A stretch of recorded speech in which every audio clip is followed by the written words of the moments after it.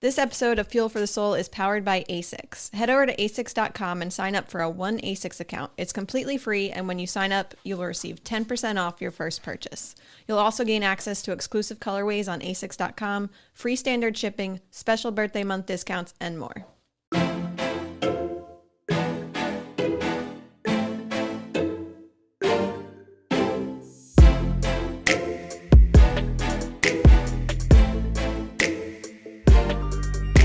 Hi, this is Thomas with Believe in the Run. This is Megan with Believe in the Run.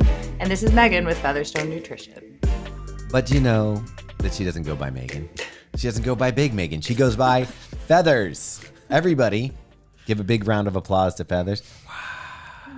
The crowd goes wild. The crowd goes wild. As in everybody, you mean the three of us? Yeah, pretty much. But hey, there's probably somebody listening. Anyway, hey, when you were in New York, people were calling you Feathers, weren't they? Mm-hmm. It's Yeah, here to stay. It's here to stay. I like it. 100%. For sure. Yeah, I like it. Yeah. You guys are wearing two variations of the same sweatshirt. know. We're very matchy on brand. Your Sounds guys about right. on. Yeah. Like, I don't know, like, you saw the meme that BITR memes did of you guys Yes. with the twins. Yes. I was neither one of you looks like Danny DeVito, but I was dying when I saw that because I was like, oh my God, that is exactly it. It's two girls from different mothers. Yeah. It appears to be like our MO now. Like if anybody wants the Megans to do like something for them, they have to dress us alike. Like I think ASICS set the bar pretty high with that over the summer. And now like anytime it's the two of us, they're like, oh, we got to get in the same clothes, the same shoes, the same. It's great. I'm here for it. I mean, at some it. point you guys should design something for a brand and be like, okay, this is what we're going to wear. In and tall like and it short. And we should be selling it as It should well. only make sense if we are together, like where yours says half of the saying and then mine has the second half or something like that. Or not even a saying. Yeah. What if it's a design that or the design blends together? connects, so we always have to be right next It's like to those each best other. friend rings or whatever, Yes. the little heart necklace. Oh my God, Yeah. 100%. Racing singlets. Ah. I'm always on your right because you have the camera on the left, so it would Right, have to right. connect from that side. Mhm. I'm going to shoot myself if this happens. It's going to happen. Who wants it? Literally. We're looking for sponsors. Twinning gear. Hydrate. So good. I like that. Yeah. Anyway. Okay. Actually, what would be really cool is if you could invent a singlet that would change colors when it's time for you to take a gel or hydrate. Like it would be like you start sweating. Yeah, it's and like hypercolor. Okay, time to drink. Yeah, we can do Wait. it. Instead of this new hydration age drop that they sent me, we just need a t-shirt that tells you how sweaty you are, that tells like a There you singlet. go. Like just wear a singlet Like and if the color it goes changes. down, yeah. Or you're just salty. like, you know how, You're sweaty. I don't know about you, but I get like a V of sweat. Yeah. So it would almost be like the number of ounces you need would reveal itself as you sweat into See? the shirt. This is way more genius. Yeah. By the way, that H drop Like our thing, you straws pulled it up ideas. there. What do you think of it? Because I haven't tried it yet. We have somebody else they didn't send it obviously to me. They sent me the To last one, me. and I didn't find it worked too well. Yeah. Well, I updated it so that I can try it. But the problem is it's very cold here right now and I'm not sweating that much. So I just haven't been super excited to like strap it on and give it a try. But I should have. I biked indoors the other day. I should have done it for that. But yes, I'm going to try it and I will Is the app report any better? back. It's the same app. So I don't know yet, but it is the same one as the first version. So we shall see. Well, good luck to you. I'll do it before our next podcast and let everyone know right. how the new age drop is for sweat race and composition. So let's talk about Fuel for the Soul, which is the actual podcast we're recording today. All right, I'm out. Peas and carrots. He's like, I'm not here for this. The first question is actually a good tie into what we were just talking about, Yeah. but we're also going to answer a bunch of just listener questions today. So kind of random all over the place maybe, but we'll just knock a bunch out. Okay, so the first thing we want to talk about is this HydraPatch, which I was not familiar with. So what exactly is this? So look it up because it's very interesting. And I kid you not that it'll come out. Yeah. Yeah. You guys just need to watch on YouTube if you're wondering why we're giggling. You can't just listen. Okay, so this HydraPatch apparently is doing some phenomenal marketing on Instagram because I kid you not, no less than 50 of you have reached out with like, is this legit, Megan? Is this legit? And I'm What's like, weird is I haven't gotten this. You haven't gotten it? Everything. Now you will. You will now. Yeah, because we talked about it. And literally, these are the things that I look at and hysterically laugh and scroll past and don't give the time of day. So when you guys start sending me things, I'm like, okay, I need to like let everybody else know how ridiculous I think that this is. So what it is it's a patch that you wear. They encourage you to put it on before bed, and it's supposed to rehydrate you. So it's telling you that it's going to give you vitamins and minerals and electrolytes through the patch so that you wake up better hydrated. How does that work? So, the first place my mind went is we do have some medications that are delivered through a patch. Like there's the birth control patch, there's pain patches. Nicotine. So nicotine, there you go, nicotine patches. So we do absorb things through our skin. So I'm not saying that this isn't working, that we couldn't absorb some electrolytes through our skin. I don't know. You know what I mean? But here's the thing is that how much are we absorbing through this is my question. We know that we need grams of sodium, like in order to rehydrate. If we're a salty sweater, there is no way that this patch is giving us that much. That's just kind of where my mind goes. Like there's no way there can be a meaningful amount here. Could you make a mattress of salt and absorb more? I think that's the Epsom salt bath, right? I don't even know if we absorb it through there. I don't know. Like the technology here is crazy. So they say that there's magnesium, calcium, potassium, sodium, chloride, phosphorus, menthol, peppermint oil, B3, B5, B6, B12, and leucine in this tiny patch, and that we're absorbing anything meaningful from this. Look at Meg's face. Is wild. It's wacky. Wild. Wacky donkey. Information. Who's giving there's people giving results and reviews on it. Results with impact. What a 2-time World Series champion. How much did they pay him for this review? I was just going to say they've got a lot of marketing dollars behind this if there's so many of you asking about it. But so, of course, I'm going to look at the website. I'm going to see if they can tell you how much we're absorbing off of this patch, how many electrolytes. Thomas, you're right. They don't say a word. But when you first open the thing, we've talked so much around here that like reputable supplements will get an NSF certification or an informed choice certification. As soon as you hop onto their website, they're informed choice certified. So I think people are like, oh, we've said that's good. Is this thing really going to work? Right. So I guess I'm here to say like it's safe, but is it effective? These safety measures, the NSF, the informed choice, aren't telling you whether it's effective. They're just saying that it's safe to use it, right? So it's a little misleading there. Yeah. Could I ask you a question? Could I take some KT tape, crush up a B12, and tape it to my arm and get B12 in my arm? This sounds like a really good experiment because your pee will be yellow if you absorb it. So why don't you give it a try? I'm totally kidding. How many? I'm going to tape it all across. You know those people that you see at the start line that are all taped up? I'm going to have all the vitamins taped to me. Meanwhile, I don't even it's know really what easy just to orally take vitamins. I don't know. That's to me. drink. Yeah, but this is saying that you're going to be rehydrated. Like they're claiming you don't have to go drink that water. You just put this patch on. That's the other half of it. We know electrolytes are part of hydration, but what about the water? The patch is not delivering water, Well, so I'm like, this is I think wild. It's a misnomer. Apparently, you're made of a lot of water, so you probably don't need to add any. Oh, right. That's correct. Because you're like 99% water, aren't you? I think we're like 80. 80. So why do we drink Isn't it? that gross if you dried somebody up like a raisin? Just there they are. Okay. I guess it's a mummy. Okay, but my favorite thing is one of the people that reached out to me about this, I was like, I don't know what to tell you. Like, we can't find how much of each of these ingredients is in this patch or how much we absorb. Like I scoured their website and couldn't find any of it. So she DM'd the HydraPatch people and said exactly that. And they were like, hey, here's a link to all of our science. And she was like, yep, great. I did see that, but I'm just wondering how much of these electrolytes are we actually absorbing from this patch? And their response was, hi, at the moment, we keep our specific ingredients amounts confidential. Thank you.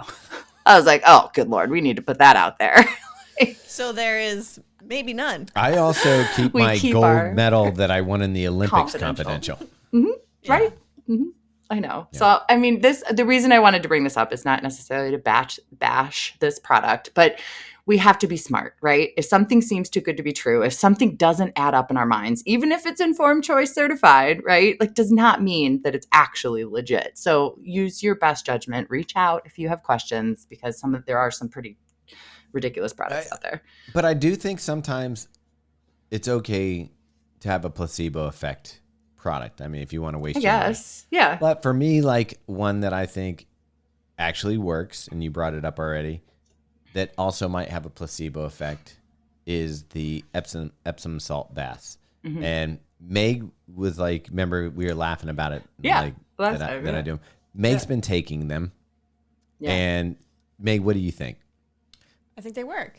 Yeah. What about it though? Well, see, here's the thing is like, you're not only sitting in salt that has like magnesium and things that are supposed to reduce sore muscles, but like you're soaking in a hot bath and like relaxing. And I think that's probably half of it. Mm-hmm. I think that it is a combo. Mm-hmm. Like the heat, it's almost like a heat thing. And Megan also got recommended from her coach this past weekend to jump in an ice barrel. Did you do it? We did do it. She did. I had already had a cocktail. So can I send her? Castor can walk you off a cliff. I know. I've never seen her listen to someone so intently, which is good. That's what you're supposed to do for your coach. The results are working. I listen to you. That's true. You do. You're right. Yeah. People who I trust and believe in, I will listen to. I love it. All right. So what are we saying about this whole patch thing? Don't waste your money. Don't waste your money. Yeah. And just like a word to the wise, right? Like be skeptical of supplements because not all of them are quite legit. Okay, but it goes further than that because I just sent you a post that I saw because it looked legit. It's the dude who, Dana or somebody who runs the whole UFC boxing. He's like, I did this 3-day, no eating, no thing. And he got ripped. Yeah. After 3 days. And really he did dehydrated. Before and after picture. Yeah. Yeah, that's all it is, right? Yes, 100%. Dehydration. Yeah. Yeah. Okay, so I was thinking I would like to look like that. Okay. So do I just not, should I get an H drop to make sure I'm not getting hydrated? Yeah. So what we're going to do, we're going to tape vitamins and minerals to your body and not allow you to eat or drink for 3 days and see what happens. I like it. Only Thomas is the only one who's allowed. I mean, he did say he was drinking chicken broth or bone broth. So, that's interesting. Yeah. I would think they'd be like no salt, no carb, like no, I don't know. Yeah, but I was like, I sent it to you because I was like, tell me that I should not eat for 4 days. Mm-hmm. I did not tell you that. And be miserable? Like, no, I think you would be the one that would be miserable. I don't know, Thomas. I think you might be too. It would be like a joint effort. Yeah. I think Megan's exact response was, don't do that to Meg. I did. She's already got enough on her plate. I was like, don't do that to Meg. That was my response. Like, please don't. I love it. All right, let's move. Or did you want to say something more to that? Oh no, I just wanted to talk about an actual maybe good supplement that is new. But just do that. Yeah. What is this new supplement that's DHEA? No, it's capital RNWY, which I guess is like runway without the vowels. I don't know. Okay. I don't know much about. So runway. When it first showed up, I was like, wait, where did this come from? And then I remembered at the Allie on the Run live show, they were like, hey, will you try this new supplement? My buddy has this new supplement company. And I'm like, sure. Right. And then I kind of forgot because, we were listening to Allie and doing all that kind of stuff. But anyways, it is something that I didn't know I needed that I think could potentially be super helpful. It's collagen and an electrolyte drink. So like instead of putting collagen into your coffee. And I've gotten totally away from taking collagen because I just got sick of putting it in my coffee. Like, I don't know. Like, I need to be taking it. I have arthritis in my feet, like all the things that we talk about that collagen can benefit. So I was actually really stoked when it came. And then I shook it up so that you guys could see, like, it's really not like creepy. It dissolves 100% and it tastes great. Like the only other product that I think could compete with this I've tried before, and it was like full of artificial sweeteners. The taste was awful. And this actually tastes good. It just kind of tastes like lemonade. So like, Did they send it to you? Yeah. Yeah. They're going to be at TRE. So I want to talk to them. What's up? We'll get some for you guys. That? We'll get some. That's what I said to Meg. I was like, did you get this? Where'd this come from? And then I was like, oh wait, that's right. Allie I like put it back together that, it was from New York. But I haven't talked to the, people who own the company. I know they're brand new and very small. And it doesn't taste like dried up cows? No, I swear. Look, I won't even flinch when I drink it. Look, it smells like lemonade. It doesn't even smell like collagen.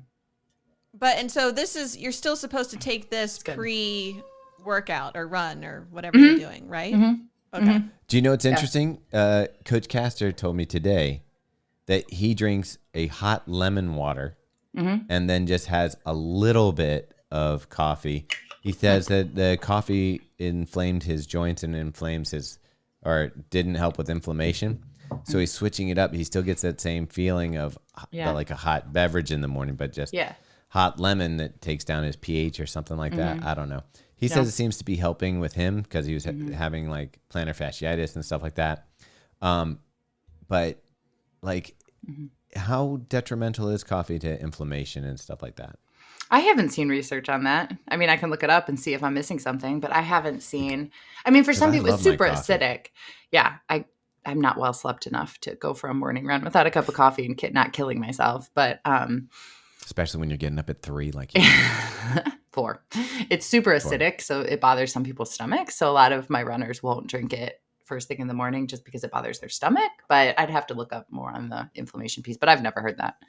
Yeah. Okay, because I was just thinking if this was an actual problem, this would be a great thing for Coach Castor. Yeah. Because it's got that lemon flavor that he's already drinking. And then I'm guessing it's got vitamin C to activate the collagen in it? It does. It's got vitamin C. It also has like vitamin D. It has some B12. So obviously it has sodium, like electrolyte. But it does have the 10 grams of collagen, which we always say is what we need. So I was like, sometimes I see products and I'm like, okay, cool, neat.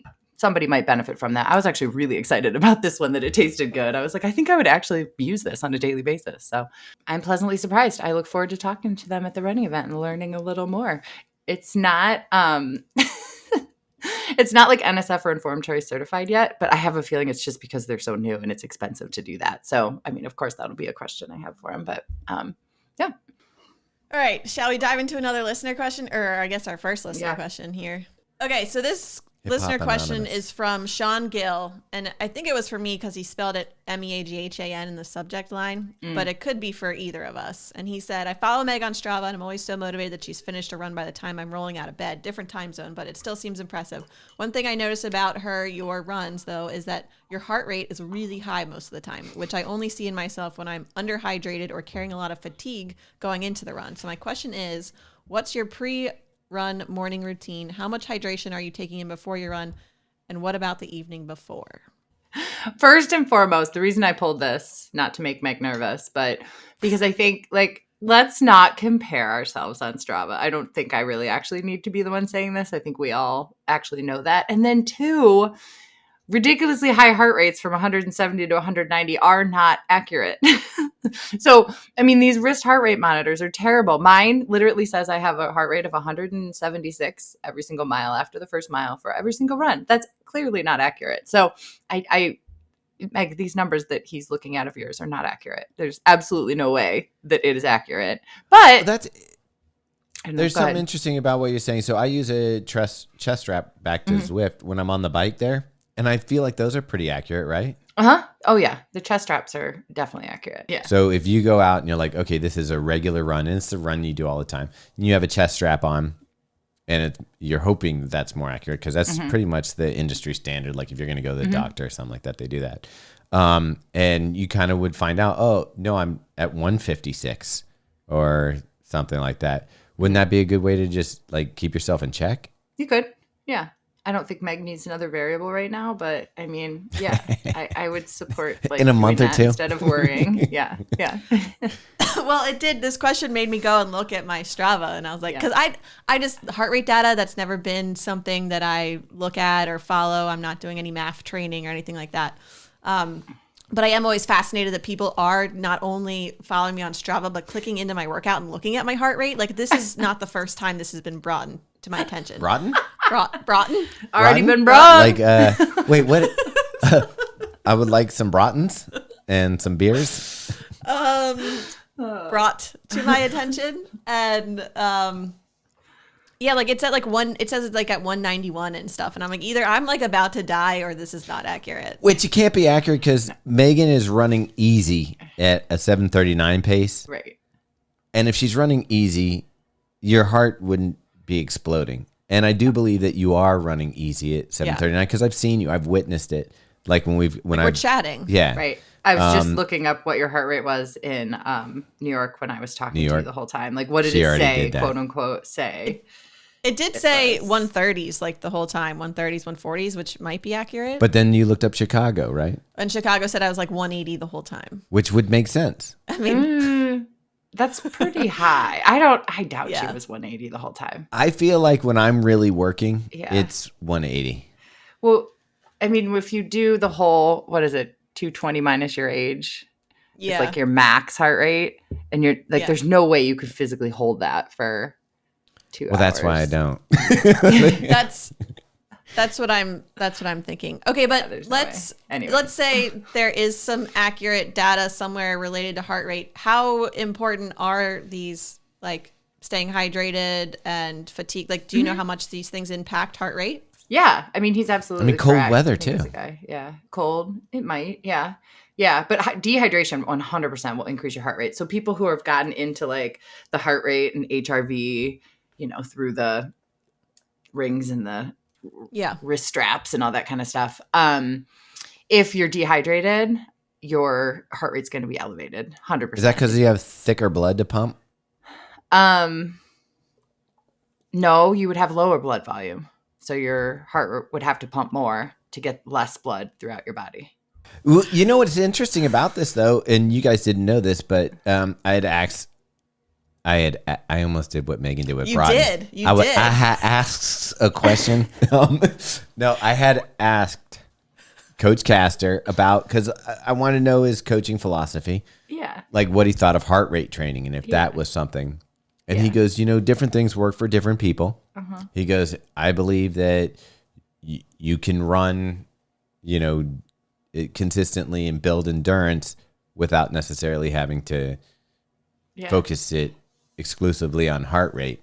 And I do feel like watching Megan progress over time, your easy runs used to be 8:30. It was never 9, but some days they still are. Yeah, but it was more than likely that you would be at 8:30. And I've noticed in the last year or two, you started dropping to like, and at first I was like concerned for you because I was like, is she running too hard? 7:39, 7:20s even. And you used to ask and you'd be like, no, I wasn't even paying attention. I'm just running relaxed. Mm-hmm. And that happens to be the pace, which is disgusting, but it's fantastic. And, but yeah, so I believe that there are different ways to get there, and you've done it through increasing mileage, increasing your hard workouts and your paces and stuff. And I can't imagine that your heart's about to explode. No. Well, there's only one way to find out. And consistency too. Like, who's more consistent than Meg? You know what I mean? Like, there's something to be said of that. A lot of people like start and stop their running journey. Yeah. And she's just, especially because of injury consistent. Or something like that. Yeah.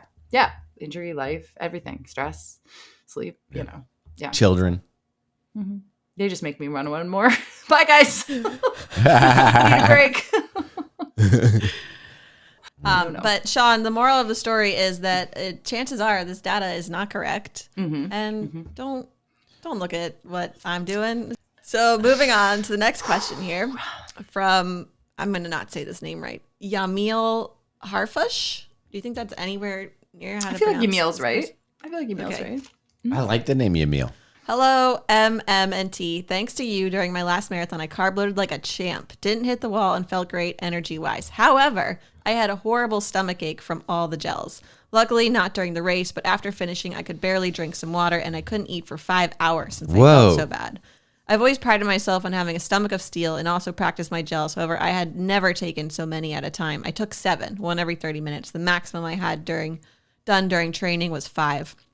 I was planning to take 8, but I couldn't stomach the last one. I was very well hydrated as well, so I'm wondering if you have any tips for avoiding this in the future. Should I just change my brand of gels, or is there anything else I could do? Thank you for all the information and tips you provide on the podcast and for making it so much fun to listen to. And before you answer this, Megan, you didn't know this, but the subject line of her email was "Gel's making me cry." Okay. Oh no, I like that. But also, before you can I add something into this before you get going? Mm-hmm. Is it necessarily the gels? No, I don't think it is. I really jumped on the bandwagon with that. But I mean, first and foremost is she made it very clear that she had never practiced how she fueled during the race. So first and foremost, we always want to practice how we're going to fuel during the race. Now, granted, we're never running 26 miles in training. So yes, it will be more gels on race day, but let's make sure we're fueling every 30 minutes. Maybe we even try the gel before the run starts like we're going to do, so that our body is very, very, very used to what we're doing, throughout that training cycle. Did they say that they hadn't practiced it every 30 minutes? I'm thinking that the extra gels were that extra. Just the extra time. That could be it too. Yeah. That could be it too, which, I mean, obviously that is what it is. We can't change that.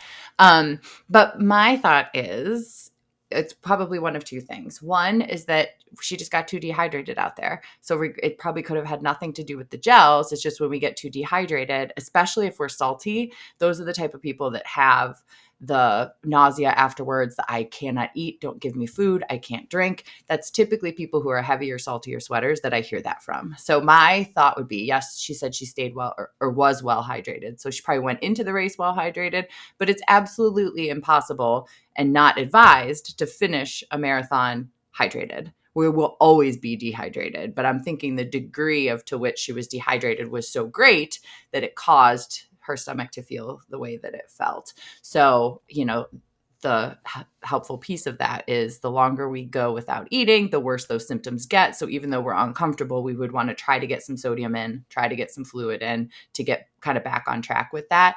And then the other thing I wondered was if they were taking a type of gel that needed fluid drank with it, that could cause it more issues. However, I would. What are some of the gels that do that? Honey Stinger, Goo, Spring, Huma. So the ones that are most of them. Okay. Yeah, most of the gels. Fluid. Yeah. Yamil also said that this race went really well for them, and I'm guessing sometimes you just empty the tank, and your blood is going to your legs. It's going to to keep things moving, and it moves away from your vital organs.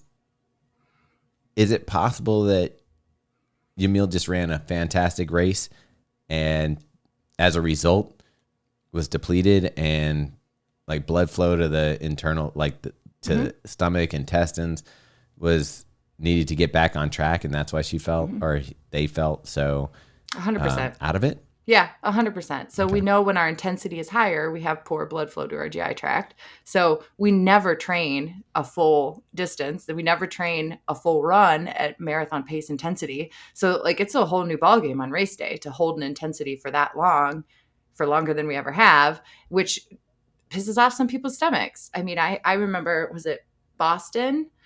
Yeah, it was Boston. When I finished, I had Zofran from my migraines, and I took a Zofran because I was so nauseous. And it was just, GI stuff that I had out there. And I was just like, I'm just nipping this in the butt, right? So sometimes you can do everything quote unquote right and still have some of these symptoms afterwards, because running a marathon at a PR effort is really hard on our body. So, it's just kind of having some things in your back pocket like salty pretzels or a different flavored electrolyte drink or something to try to get on top of it, because most of those symptoms are from dehydration, right? It's just, and then they're exacerbated by the exertion. So it's just trying to figure out how to get on top of it. We've talked before about how important it is to get some nutrition post-run, especially after your body.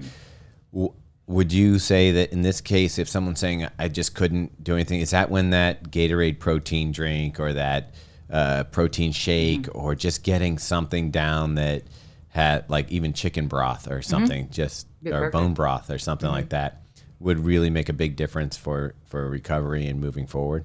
Definitely. Meg, have you ever had this after a race? The only time I remember you really depleted, and it wasn't from running fast, was when we did the 50 miler. Yeah, I'm trying to think if there was another wine glass. I felt you didn't feel good after wine glass, because I remember I had the Zofran. I was like, "Do you want one?" You were like, "No." That was probably the worst I've ever felt. Yeah. But I had GI issues out on the course, and just was totally depleted in every way. Yeah. Yeah. Yeah, those are always hard to come back from. Right. Yeah. It happens, but it, like you said, or we all said, they had a phenomenal race. So congrats. Yeah. All right. Let's get to another question here. This one is from Dan. He said, "Hey fam, it was so great to see all of you at the BITR shakeout. My question is around hunger pains during the New York City Marathon. I started wave 2 at 9:45. Day started at 4:15 when I took a Kodiak oatmeal, banana, and scratch high sodium. Then at 7:45, I had 10 full graham cracker sheets and a Morton 360. 10. Whoa, this is a lot. I took my regular Morton gel at 9:35. Then based on my training and Feather's advice, I took a gel every 30 minutes. I had no issues with this during my training, which all usually happened during 4 a.m. to 8 a.m. I also used this same strategy at Chicago 4 weeks prior. No issues. Right around 1-ish o'clock, I started getting these tremendous hunger pains. It was like my body was asking, why haven't we eaten lunch yet? I ended up grabbing a random half a banana, which helped me, but the hunger pains kept getting worse. Any advice you can give? Yeah, don't run New York. No, I mean, it is. It's such a tough day because you start, it's not normal. You go down to the start and you wait 2 hours before you run. And he did such a good job of getting in 10 sheets. Getting in nutrition before. I'm hoping his sheet is my sheet, like the full 4 rectangle, like a full sheet. But it sounds like he follows religiously what we talk about. So I'm going to guess. I went by the fact that he knew what an actual sheet of graham crackers was. So my first question, which I don't know, is like, how big is Dan? Like it sounds like he's. I mean, if like Dan can eat 10 sheets of graham crackers, he's not hungry. Yeah. Yeah. Not but I mean, size. First of all, Dan, you did phenomenal. I had to calculate what you took. Your first breakfast was 70 grams of carbs, which maybe is a little bit small, but not terrible, and 350 calories. Your second breakfast had 205 grams of carbs. That's insane in a good way, right? And then 960 calories. So he had like 12 or 1,300 calories before the marathon started.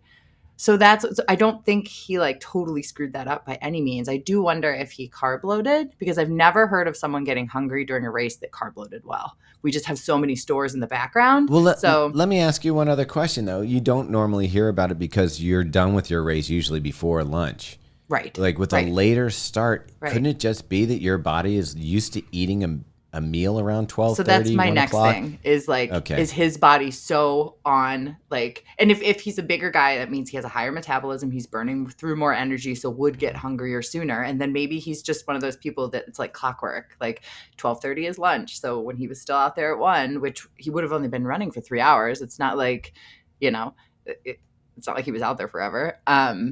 He was starving, So I do wonder too if it was like his internal clock being like, it's lunchtime. Random question about carb loading, which I think I already know the answer to, but you're storing in your muscles, right? So if you're like a giant dude with giant muscles, do you potentially benefit more from carb loading than someone who is less muscular and maybe more petite? Yeah, so I'll answer this one. I store the most carbs here. Yes, Meg, it is true. It's like Gaston over here. He's like, okay, so we store glycogen in our muscles. So obviously, if we have less muscle mass, that's a lower capacity to be able to store glycogen. However, it's not like need less. I don't know about that. Well, think about it. If I'm a heavier runner, and I'm carrying more weight, it takes more energy to move me down the road. If you're a light runner with less muscle, I mean, let's look at those the Kenyans and the people that are out there in the front. There's not a lot of muscle on those guys. Yeah, but the research shows if they can take the same amount of carbs as a bigger runner, they have higher carb availability, so they run so much faster and stronger. So like just because they're smaller and use less, they actually benefit more if they fuel like someone bigger than them fueled, if that makes sense. So that's why you're right. But like, that doesn't mean that smaller runners should eat less. They should just benefit more from eating the same amount as a bigger runner. And then 2, the better trained you are, you expand your glycogen capacity. So like we would have better glycogen storage capacity than someone running their first marathon who has only run more for 2 efficient years. system. Yeah. Okay. So, I mean, you can expand it a pretty decent amount as you become more well-trained. So, yes, a piece of it is how much muscle mass we have, but a piece of it's also training. There's lots of variables there. So what are we telling Dan here? Like, is there any suggestions for next time? Oh, yeah. That's a good point. We do need to tell him what to do if he runs it again. My thought was maybe in practice, take something like one of those Morton solid bars because they're super easy to digest, but it would be a solid food. So I think if you tried it during training and it sat okay, have something like that in your literally back pocket in case you need something while you're out there. Because if this happened at New York, if he ever happens to run another race that's through lunchtime, I would expect it to happen again because it sounds like he did everything right. It was just literally like lunchtime. Let's knock out one more question here before we probably have to wrap things up. So this one is from Alexandra Reitz. They said, hello, huge fan of Megan and your podcast. Thank you for making all this information accessible. It's been a game changer for me. I have a really hard time getting down gels when I'm running at a marathon or a half marathon pace. I know I need to practice more, and that's Megan's advice. Megan's advice is to fuel early and often, but I wanted to see what you thought about breaking up my carb needs into chunks of higher carb gels that I need to take less frequently. For example, instead of taking 8 100 Martin gels, taking 4 to 5 160s over the course of a marathon and timing them to ensure I'm getting my 50 to 60 grams of carbs per hour. Is there any downside to taking fewer gels in higher doses? Or is this a good way to get down fuel when I just can't get through taking 8 to 9 gels? Would love to hear your thoughts. Yeah. So, I mean, First and foremost, the most important thing is taking enough while we're out there. So if this is the only way that she can get enough, then let's do it. Right.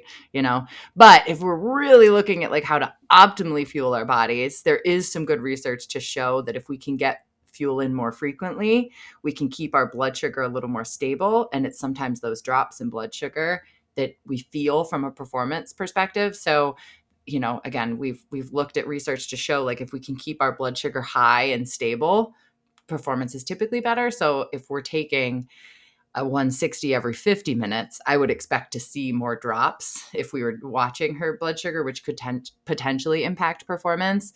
So my thought was like, if this is the only thing she can do, if she was like sipping an electrolyte drink that had sugar in between them, like maybe we could kind of mitigate some of those drops since it is going to be a long period of time. It's like a lot of sugar and then none, and then a lot of sugar and then none versus like us, if we're taking a 100 every 25 minutes, blood sugar is going to stay a little steadier. So, I think there's ways around this if this is the only thing that works for Alexandra. Yeah. You guys are big advocates of running with a bottle. Mm-hmm. And so if you're running with a bottle and you had like Morton 360 in it, mm-hmm. and maybe you carry a couple gels for backup. Mm-hmm. You make sure you get through that bottle at a certain point in the race, mm-hmm. and you'd be the one to prescribe that. Mm-hmm. Get through that bottle, and then knowing that you only have 2 more gels to get to mm-hmm. before the end of the race. Couldn't that work well for someone in this particular case and keep them mm-hmm. in a steady energy level? Mm-hmm. Yeah. And I've had some people start with like the 320 in their bottle, which is like 80 grams of carbs. So sometimes I have them drink it over an hour. Some people it's like an hour and a half, just depending on the person. So yeah, I mean, that would be a real steady way. And then to your point, it would be fewer gels thereafter. So yeah, that would be another alternative. But I mean, if she's taking enough carbs and doesn't feel kind of some of those drops, then she's probably fine, but, research would suggest that keeping it a little more steady would probably help her a little bit more. And when I say that, I don't mean like, oh, we need to go to a super starch that keeps our blood sugar steady. Like that's not necessarily what we're talking about. Like we know performance is best when our blood sugar is actually a little higher, right? So we're just trying to keep it higher instead of letting it kind of drop, which just is less about the type of carbohydrate and more about like the frequency that we're taking them. We have all these 160s because Morton was kind and sent them to us. And I've just been taking like half of it. And then, that's a good idea. Like, so it's 80. It's slightly less than one full one, but I've just been taking half at a time every, 30 minutes or so. Yeah, that works. Okay. So how do we want to wrap this one up? I think that we kind of summarize back to the 3 questions or 4 questions that we answered. Okay. So could we go, what was the first one about? So the HydraPatch is a pass. HydraPatch is a pass. The RNWY, which we think is runway, new collagen supplement, we're into. Digging it. Stop following me on Strava. Just kidding. Don't follow me because it's the one place I have Megan more followers than Thomas, and I love it. Yeah, but it's not really fair because you got paid. No, I did not get paid. You got paid followers. I did not. She does the shade. Strava Strava featured me one time. Because of the New York Roadrunners. Not paid. Yes, they just featured me. No, they got well, okay, whatever. Anyway, follow me on Strava. She got featured. Your wife's New York Roadrunners. A real badass runner. Like, let's just leave it at that. It is, but I do think she's. Do you know why you shouldn't follow her? She does not give kudos, people. I do. I don't give kudos either. I got enough places to like. She doesn't follow anybody. And two, y'all can't run like Megan. We can be inspired by her consistency. Yeah, follow me, give me kudos. This is what I'm here for. All right, go ahead, follow her.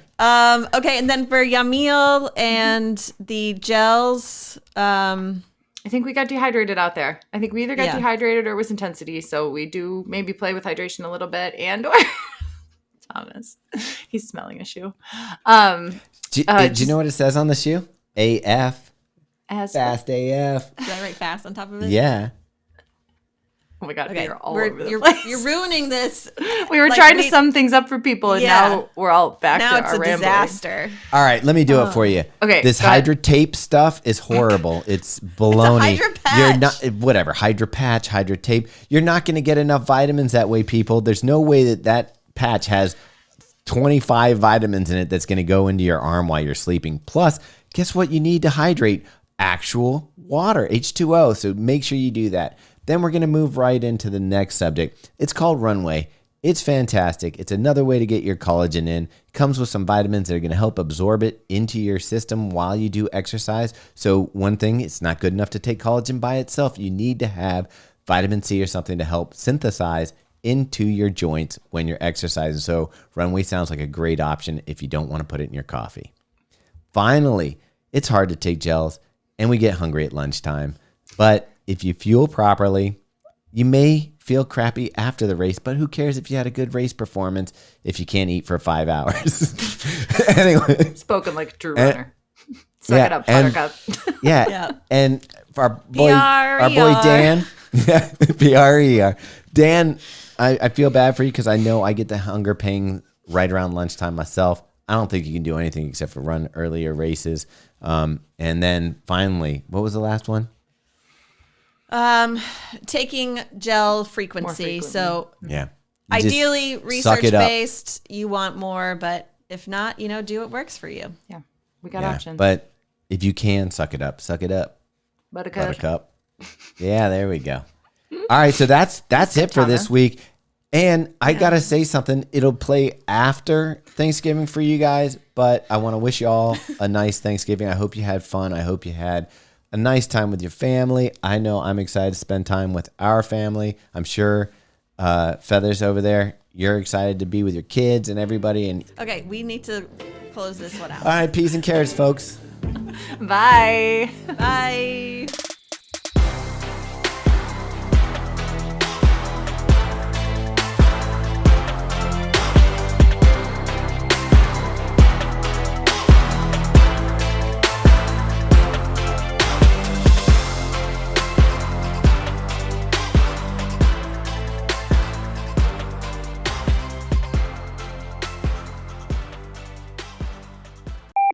I mean, your face isn't bad, so you could put it on a box and sell some graham crackers. It ain't bad. Yeah, it ain't a bad one. Oh, no. I mean, I've seen some people I wouldn't want on my graham crackers. It does make me want to put a strap on you.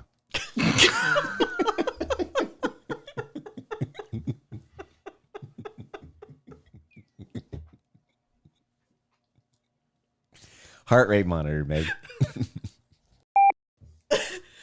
Oh, God. Mm-hmm. Mm-hmm. That was a lot. Composure. Mm-hmm. Okay. Yeah, I'm crying. That Me was a lot. Too. Okay.